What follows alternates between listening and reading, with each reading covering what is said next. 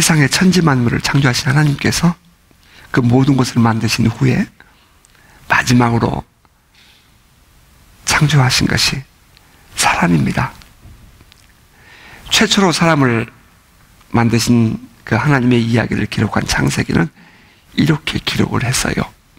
하나님이 이르시되 우리의 형상을 따라 우리의 모양대로 우리가 사람을 만들고 그들로 바다의 물고기와 하늘의 새와 가축과 온 땅과 땅에 기는 모든 것을 다스리게 하자 하시고, 하나님이 자기 형상 곧 하나님의 형상대로 사람을 창조하시되 남자와 여자를 창조하시고, 하나님이 그들에게 복을 주시며 하나님이 그들에게 이르시되 생육하고 번성하여 땅에 충만하라, 땅을 정복하라, 바다의 물고기와 하늘의 새와 땅에 움직이는 모든 생물을 다스리라 하시니라. 창세기 1장 26절 이하 28절의 말씀입니다. 이 말씀 속에서 하나님께서 사람을 만드신 목적이 들어있습니다. 그들로 바다의 물고기와 하늘의 새와 가축과 온 땅과 땅에 기는 모든 것을 다스리게 하자, 룰오버하게 하자.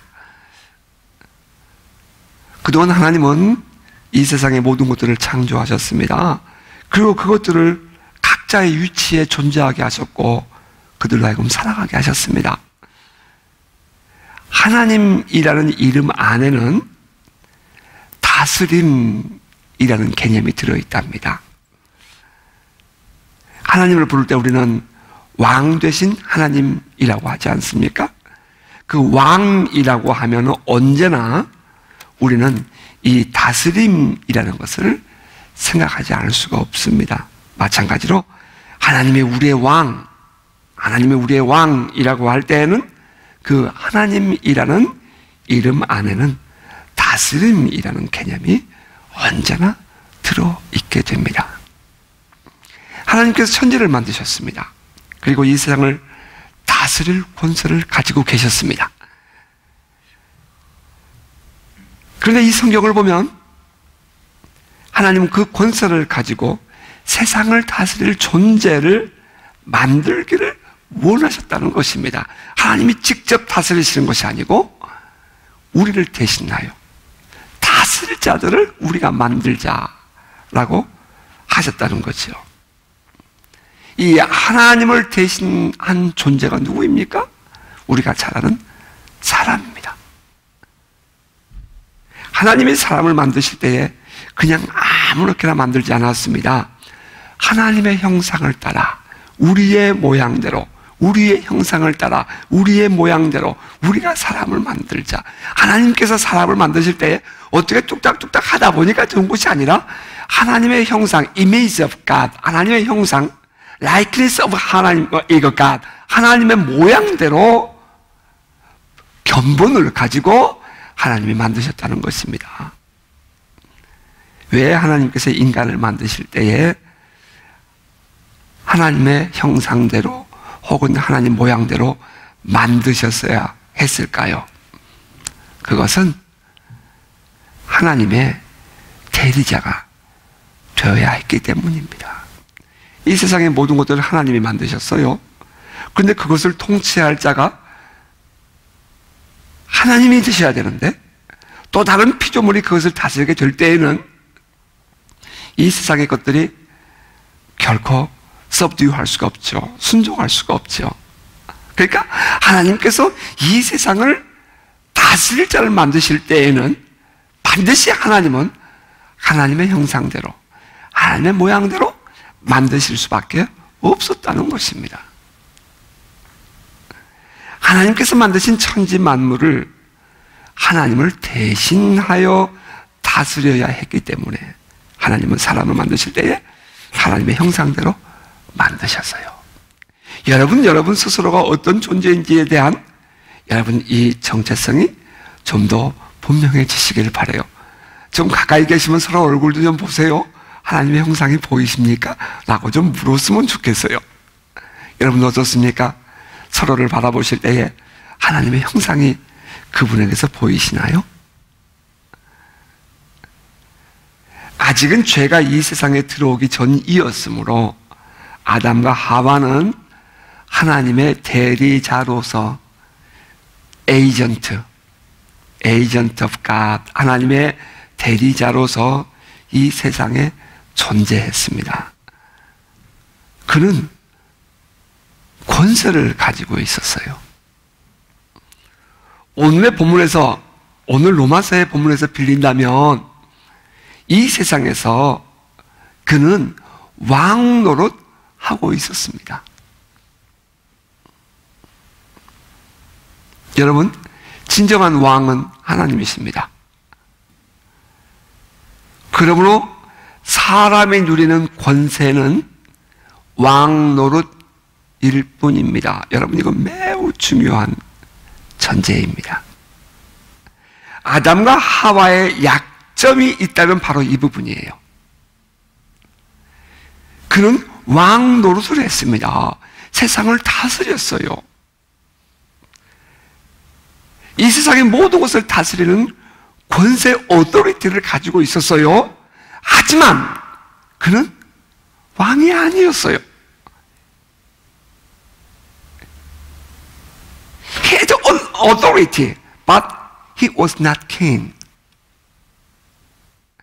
사탄이 하와에게 찾아와서 유혹하는 것이 바로 이 부분입니다.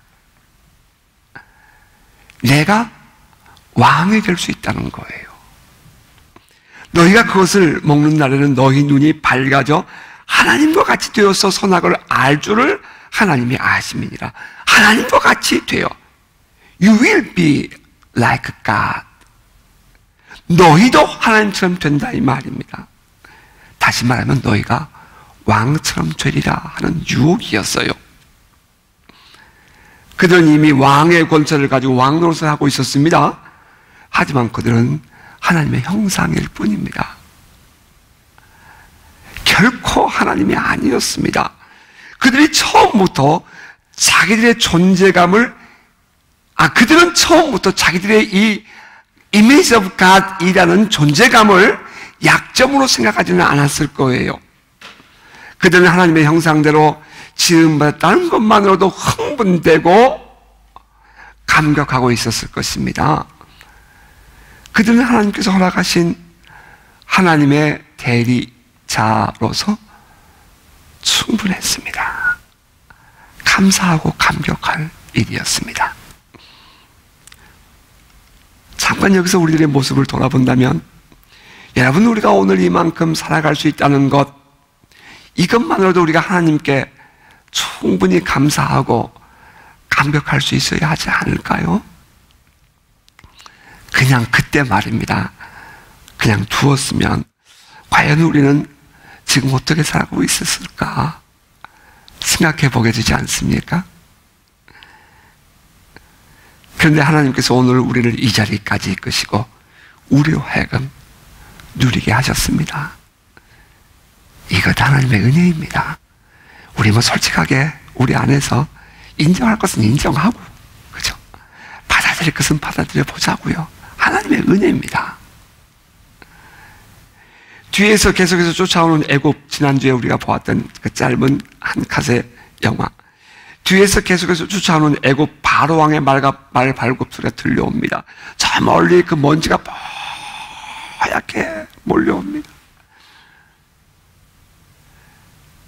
그 위기 바로 앞에는 홍해가 가로막혀 있었습니다. 백성들이 모세에게 물었지 않습니까? Why did you bring us here? 왜 우리를 이곳으로 인도했습니까? 아니, 이곳이 히어가 어디예요? 앞에 지금 홍해가 있고 뒤에는 애굽의 병사들이 쫓아오는 환경입니다. God brought us here. 하나님이 우리를 여기로 인도했다. 백성들의 눈에서 볼 때는 모세가 어리석은 길로 인도했습니다. 이제 막다른 곳으로 데려온 거예요. 백성들은 모세를 향해서 원망했지 않습니까? 애굽에 매장지가 없어서 당신이 우리를 이곳으로 이끌어내서 광야에서 죽게 하느냐? 어찌해서 당신이 우리를 애굽에서 이끌어내어 우리를 이같이 하느냐? 우리가 애굽에서 당신에게 이런 말이 이것이 아니냐? 이르기를 우리를 내버려 두라. 우리가 애굽 사람을 섬길 것이라 하지 아니하더냐. 모세에게 원망하는데 반복해서 질문형이에요. 의문형으로. 그렇지 않더냐, 그렇지 않자 하면서 자기들의 주장이 강력하게 옳았고 당신의 선택은 100% 틀렸어 하는 그런 주장을 하면서 모세를 공격하죠. 그러면서 한다는 말이 애굽 사람을 섬기는 것이 광야에서 죽는 것보다 낫겠노라. 여러분, 그들이 어떻게 해서 여기까지 온지 아시잖아요. 우리는 엄청난 기적을 체험하고 이곳까지 왔습니다. 사실 여기까지 온 것만으로도 그들은 은혜 아니었습니까? 마지막 장자가 죽는 재앙을 경험했던 그들은 하나님께서 자기들의 생명을 보존하시고 자기들을 이곳까지 이끌어 오셨다는 것만으로도 충분히 감격하고 감사할 수 있어야 했습니다. 이렇게 생각해 보면 어떨까요?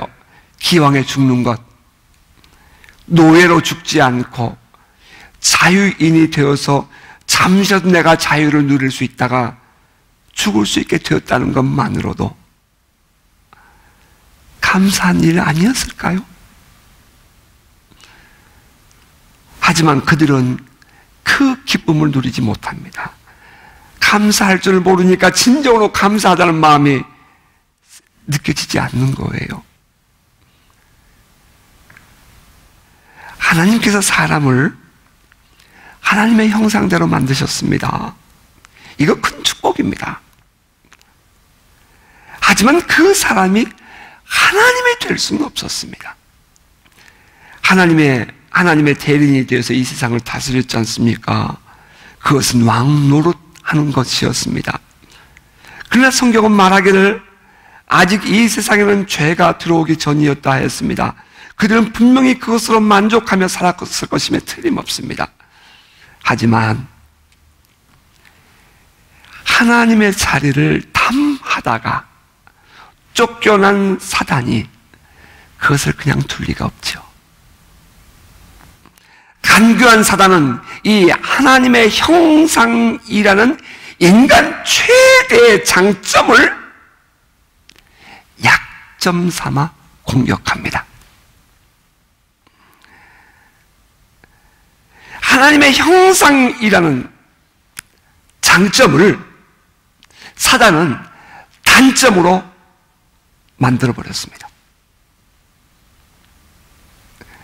인간이 하나님의 형상대로 지음받다는 것은 정말 최대의 장점입니다. 그런데 사단은 그것을 단점으로 바꿔버린 것입니다.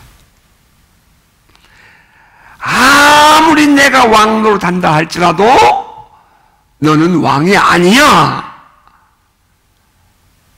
라는 것입니다.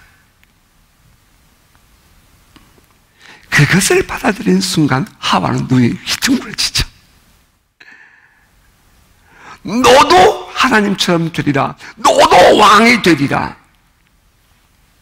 이제 그렇게 해서 이 세상에는 죄가 들어오게 되었고요. 그 죄는 결국 사단으로 하여금 이 세상에서 왕 노릇하게 하는 결과를 낳고 말았습니다. 누가 그동안 왕 노릇했어요? 아담과 하와가 왕 노릇했어요. 그런데 이제 누가 왕 노릇하게 돼요? 사탄이 왕 노릇하게 되었어요. 이 세상을 다스리는 것으로, 다시 말해서 이 세상에서 왕 노릇하는 것으로 만족하고 하나님의 대리자로서의 삶에 만족했더라면 인간은 하나님과의 관계를 계속 유지하며 살고 있었을 것입니다. 그런데 아쉽게도 원수 사단에게 속임당한 인간은 결국 자기들이 누리는 세상을 다스리는 권세마저도 사단에게 빼앗기고 궁극적으로는 죄의 종이 되어서 사단의 비웃음거리가 되고 말았습니다. 세상을 다스리며 살아야 할 존재가 인간들이었습니다. 그런데 이제는 세상 사조에 끌려다니면서 이리저리 갈 바를 알지 못하고 방황하는 인생을 사는 존재로 전락하고 말았습니다. 하나님께서 인간을 만드실 때에는 하나님을 대신할 존재, 하나님의 형상대로 지음을 받았습니다. 그러나 사단의 유혹에 빠져서 자기의 정체성을 잃어버리고 존재감을 상실했을 때에 하나님과의 관계 속에 살아가던 인간은 이제 하나님의 형상을 잃어버렸습니다. 순수한 신앙생활을 하던 사람이 한순간에 그 죄와 타협하고 죄를 짓고 나면 그때 결정적으로 느껴지는 것이 있습니다. 자신감이 상실돼요. 그리고 밝고 맑았던 이런 영성이 어두워집니다. 전 같지 않게 불안해지고요. 자꾸 연약해지는 자신을 발견하게 돼요. 사실 변한 것은 하나도 없습니다. 하지만 그 마음에 전에는 생각지 못했던 그 죽음의 증상들이 밀려오기 시작하는 것입니다. 두려움과 공포심이 생기고요. 불안하고 초조해져요. 자꾸 분노와 미움이 생긴답니다. 죄책감이 밀려오기 시작하면 밝은 것으로 나오기보다는 이제부터는 이제 어두운 것을 더욱 즐기게 된답니다. 사탄의 영향력 속에 있다 하는 증거입니다. 사람들 말해요. 아이, 다른 사람들 다 그렇게 하잖아요. 예, 맞습니다. 다른 사람 다 그렇게 합니다. 다시 말하면 거듭나지 않은 인간들, 사단의 종노릇하며 죄악 같아 보고 살아가는 사람들의 입장에서라면 다 그렇게 사는 겁니다. 그것이 옳아 보이고 그것이 정당해 보입니다. 하지만 그것은 타락한 인간들의 삶의 모습일 뿐입니다. 갈 바를 알지 못하고 이 세상에서 방황하며 살아가는 인간, 죄의 종이 되어서 사단에게 코가 깨어 살아가는 인간, 이것이 죄가 해결되지 못한 인간의 모습입니다. 오늘의 성경 본문은 이렇게 말합니다. 한 사람으로 말미암아 죄가 세상에 들어오고 죄로 말미암아 사망이 들어왔나니 이와 같이 모든 사람이 죄를 지었으므로 사망이 모든 사람에게 이르렀느니라. 이 내용이 이런 겁니다. 어떤 사람이 어떤 집의 노예가 되었습니다. 그런 그 집에서 열심히 일도 하고 수고도 합니다. 그리고 때가 되어서 가정도 꾸렸습니다. 결혼하고 자식도 낳았어요. 열심히 일해서 그 많은 것들도 모아놓습니다. 그런데 어느 날 주인이 자기가 낳은 내 자식인데 그 자식을 빼앗아 갑니다. 그런 그 아들을 노예시장에 가서 팔아버리는 거예요. 하지만 노예는 아무런 대꾸를 하지 못합니다. 왜인 줄 아십니까? 노예에게는 권리가 없기 때문입니다. 열심히 일을 해도 재산권이 없으니까 이것은 내 것이 아니에요. 주인의 것이죠. 결혼해서 자식을 낳아도 그 자식을 내 자식이라고 주장할 수가 없어요. 왜? 인권이 없으니까. 그가 행하는 모든 것은 노예라는 문서에 의해서 이미 정해져 있는 것입니다. 아담이 죄를 졌습니다. 그리고 죄가 세상에 들어왔어요. 그리고 죄로 말미암아 사망이 들어왔습니다. 이제 사람들은 이 사망의 권세에 묶여 사는 존재가 되었어요. 이제부터 그들은 죄의 노예가 되었습니다. 이제부터는 아무리 그가 위대한 삶을 살아도 그는 사단의 종뿐입니다. 어떤 사람들은 이 아담의 죄의 유전설을 말하기도 해요. 아담의 죄가 이렇게 흘러가고 우리 모든 인간들에게 지금까지 왔다. 그런 뜻이 아니고요. 그렇게 억지로 갖다 해석하려 하지 말고요. 그 아담의 죄가 어떻게 우리에게 영향력을 주었느냐, 그것은 이 노예 제도라는 것을 이해하면 쉽게 이해할 수 있어요. 아담의 죄를 지음으로 말미암아 권세를, 이제 자기들의 자유함의 권세를 사단에게 뺏겨버렸어요. 그래서 사단이 왕이 되었고 사단이 주인이 되었어요. 그러면 그 이후에 아담에 낳은 모든 자식들과 모든 이 그 수고는 다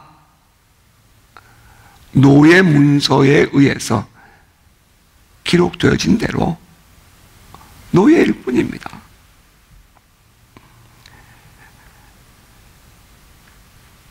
이 존재 가치를 바꾸어 줄 분은 오직 한 분밖에 없습니다. 사단의 결박을 풀어주기 위해서는 그보다 더 큰 힘이 필요하지요. 하나님이십니다. 그 하나님께서 우리에게 우리의 죄를 대신할 자를 보내셨어요. 아니, 인간의 몸을 입고 하나님이 직접 이 땅에 오셨지요. 그분이 바로 예수 그리스도이시랍니다. 아담의 죄를 능가할 은혜를 가지신 분, 그분이 바로 예수 그리스도예요. 우리는 이미 예수 그리스도께서 이 땅에, 이 세상에 왕으로 오셨다는 것을 우리는 마가복음을 통해서 이 하나님나라에 대하여 말씀을 나눌 때에 이미 우리는 묵상해서 알고 있습니다. 하나님께서 예수를 왕으로 세우시고 하나님나라를 전파하게 하셨던 내용, 우리는 이미 알고 있습니다. 그 왕 되신 예수께서 이 세상에 하나님 나라를 전파하셨습니다. 죄로 말미암아 사단이 왕노릇하고 있는 이 세상에 하나님으로부터 세움받은 왕이 오셨으니 이 세상은 충돌되는 두 개의 권세가 존재하게 되었고요. 이 세상은 여전히 죄가 왕노릇하고 있었음에도 불구하고 이제 예수 그리스도로 말미암은 하나님 나라는 확장되게 되었습니다. 따라서 이 근본적인 죄 문제를 해결하기 위해서 예수는 죽으셔야 했습니다. 왜냐하면 죄값은 사망이기 때문입니다. 예수께서 십자가에 죽으심은 이 근본적인 죄의 문제를 해결하기 위함이었습니다. 그리고 누구든지 예수를 믿기만 하면 그 죄를 용서받는다고 하나님이 선포하셨습니다. 예수께서 나의 죄를 위하여 십자가를 치고 죽으시고 나의 의를 위하여 부활하셨음을 믿는 자마다 하나님은 죄 없다 하시고 의롭다 하시며 하나님의 자녀라는 권세를 주신다 하셨습니다. 누구든지입니다.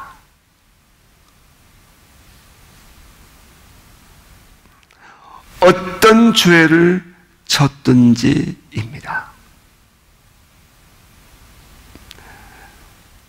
예수를 믿고 죄를 회개하기만 하면 하나님은 자유인이 되게 하신다 하셨습니다. 이것이 복음입니다. 오늘의 본문의 대주제는 두 단어가 이렇게 반복해서 몇 가지가 나옵니다. 첫째는 아담과 예수 그리스도입니다. 이 은사는 그 범죄와 같지 아니하니 곧 한 사람의 범죄를 인하여 많은 사람이 죽었은즉 더욱 하나님의 은혜와 또한 한 사람 예수 그리스도의 은혜로 말미암은 선물은 많은 사람에게 넘쳤느니라. 범죄하여 심판에 이르게 하는 아담과 은혜로 말미암은 선물을 주시는 예수 그리스도를 대조시켜 놓았습니다. 둘째는 범죄와 의롭다 하심입니다. 이 선물은 범죄하는 한 사람으로 말미암은 것과 같지 아니하니 심판은 한 사람으로 말미암아 정죄에 이르렀으나 은사는 많은 범죄로 말미암아 의롭다 하심의 이름이니라.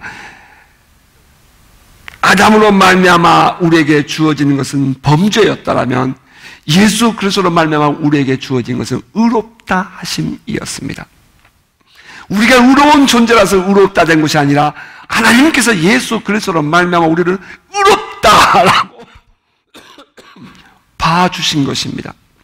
셋째는 잃어버린 왕노릇과 회복된 생명 안에서의 왕노릇입니다. 한 사람의 범죄로 말미암아 사망이 그 한 사람을 통하여 왕노릇하였은즉 더욱 은혜와 의의 선물을 넘치게 받는 자들은 한 분 예수 그리스도를 통하여 생명 안에서 왕노릇하리로다. 잃어버린 왕권과 왕노릇과 이제 회복된 왕노릇입니다. 하나는 사망 안에서 사망의 종이 되어서 왕노릇을 잃어버렸더라면 생명 안에서 예수 그리스도 안에서 이제는 이 왕노릇을 회복하게 되고 누리게 된다는 것입니다. 네 번째 또 대조되는 단어가 있습니다. 정죄와 생명입니다. 한 절 안에 들어있습니다. 15, 16, 17절 계속 읽었습니다. 이제 18절입니다. 그런즉 한 범죄로 많은 사람이 정죄에 이른 것 같이 한 의로운 행위로 말미암아 많은 사람이 의롭다 하심을 받아 생명에 이르렀느니라.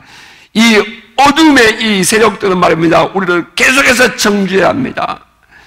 이 참된 자유를 누리지 못하는 우리 안에 또 다른 이 아픔은 우리 안에 계속해서 정죄하고 싶은 마음이 계속해서 일어난다는 것입니다. 그러나 반면에 우리 안에 자유함을 주신 예수 그리스도께서, 우리 성령은 우리 안에 이 자유함, 이 생명력을 우리에게 공급해 준다는 것입니다. 다섯째는 불순종과 순종, 그로 말미암은 죄인과 의인입니다. 한 사람이 순종하지 아니함으로 많은 사람이 죄인 된 것 같이 한 사람이 순종하심으로 많은 사람이 의인이 되리라. 종종 사람들이 신앙생활이 어렵다라고 말합니다. 이유는 자기의 어떤 의로운 행동을 통해서 하나님의 의를 받아보려는 노력을 하기 때문입니다. 여러분, 이것이 바로 종교생활이에요. 종교생활이 뭐냐면요, 내가 뭔가 의로운 행동을 해서 하나님의 의로움을 좀 은혜를 입어보고 있다는 생각하는 거예요. 아니요, 우리 기독교는 내가 의로운 행동을 해서 내가 의로워지는 것이 아니라 예수 그리스도께서 순종하심으로 의를 베푸셨는데, 우리가 그 예수 그리스도를 믿음으로 말미암아 우리는 의롭게 된다는 것입니다. 그래서 성경은 우리에게 말하기를 의로 옷을 입으라라고 말을 합니다. 너희가 의롭게 살아서 스스로가 의로운 존재가 되어야 되라고 말하지 않고, 성경은 우리에게 말하기를 너희가 어떠한 존재든지 어떠한 죄를 졌든지 누구든지 상관치 아니하고 예수를 믿음으로 말미암아 우리는 의롭게 된다 라고 한다는 것입니다. 어찌 보면 기독교 너무나도 사람들을 자유분방하게 만들 가능성이 있다라고 말할지 모르겠지만, 그러나 성경이 우리에게 분명하게 말하고 있는 것은, 우리가 의롭다고 인정을 받는 것은 우리의 행위에 의해서가 아니라 단순히 예수께서 나를 위하여 십자가에 죽으심으로 나의 죄값을 지불하셨고 나의 의를 위하여 다시 부활하셨다는 사실을 믿기만 하면, 하나님은 바로 그 믿음을 보시고 우리를 의롭다, 하나님의 자녀가 되었다, 내가 너와 함께한다 라고 말씀하신다는 것입니다.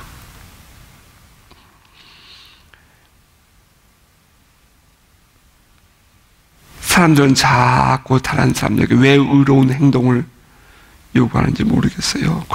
그것은 참된 기독교가 아닙니다. 우리가 의롭게 되었기 때문에 의로운 삶을 살아가는 것이지, 의롭게 살기 때문에 의로운 자가 되는 것은 아닙니다. 성경이 말하는 신앙은 예수께서 우리 죄값을 다 지불하셨으므로 그 은혜를 인하여 믿음으로 사는 것이다 라고 강조하였습니다. 그래서 대조되는 단어가 있습니다. 마지막으로 사망과 영생입니다. 이는 죄가 사망 안에서 왕노릇한 것 같이 은혜도 또한 의로 말미암아 왕노릇하며 우리 주 예수 그리스도로 말미암아 영생에 이르게 하려 함이라. 자, 정리하면 이렇습니다. 범죄, 잃어버린 왕노릇, 정죄, 불순종, 사망, 이러한 것들은 옛사람 아담에 속한 것이라면 의롭다 하심, 회복된 생명 안에서의 왕노릇. 여러분, 생명이 뭔지 아시죠? 꽁꽁 얼어있는 대지에 말입니다. 씨앗을 하나 심었는데 그 씨앗에서 싹이 올라오는 거예요. 싹이 올라와요. 어떻게 그 조그만 싹이 그 꽁꽁 얼어있는 땅을 비집고 나오는지 얼마나 신기해요. 이게 생명입니다.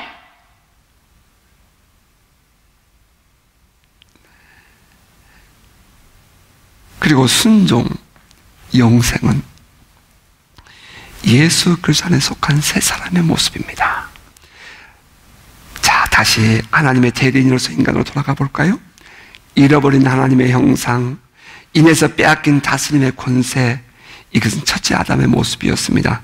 패배자의 모습, 원수에게 권세를 빼앗긴 정죄받은 인간입니다. 그러나 회복된 하나님의 형상, 회복된 다스림의 권세는 예수 그리스도 안에서 우리에게 주신 하나님의 선물, 기프트, 은사입니다. 우리는 은사 그러면, 본문에 들어있는 은사 그러면 고린도전서에 있는 그런 은사라고 생각할 가능성이 있는데, 그게 아니고 하나님의 선물이라는 뜻이에요. 예수 그리스도를 통하여 생명 안에서 왕노릇 하리로다. 과연 우리 안에 이 회복된 권세에 대한 확신과 자신감이 있으십니까? 예수를 믿는다고 하면서 여전히 참된 자유를 누리지 못하고 회복된 하나님의 형상으로서의 정체성을 잃어버린 채 아직도 무능력한 종의 그 영에 사로잡혀서 종교 생활에 길들여진 삶을 살고 있지는 않으신지요? 예수 그리스도 안에서 하나님은 죄인 되었던 우리를 이미 의롭다 하셨으므로 우리로 하여금 왕노릇하도록 은혜를 베풀었지만 아직도 그 자유의 기쁨을 풀어놓지 못하고 스스로 묶여서 살아가는 삶이 되어 있다면 이 얼마나 안타까운 일입니까? 예수 그리스도 안에서 자유를 선언합니다. 이미 우리들의 지난 날은 예수 그리스도의 십자가에서 다 용서받았으며 씻음 받았습니다. 여러분 믿으십니까? 그리고 예수께서 부활하심으로 우리는 의롭다 하심을 받았고 자유인이 되었습니다.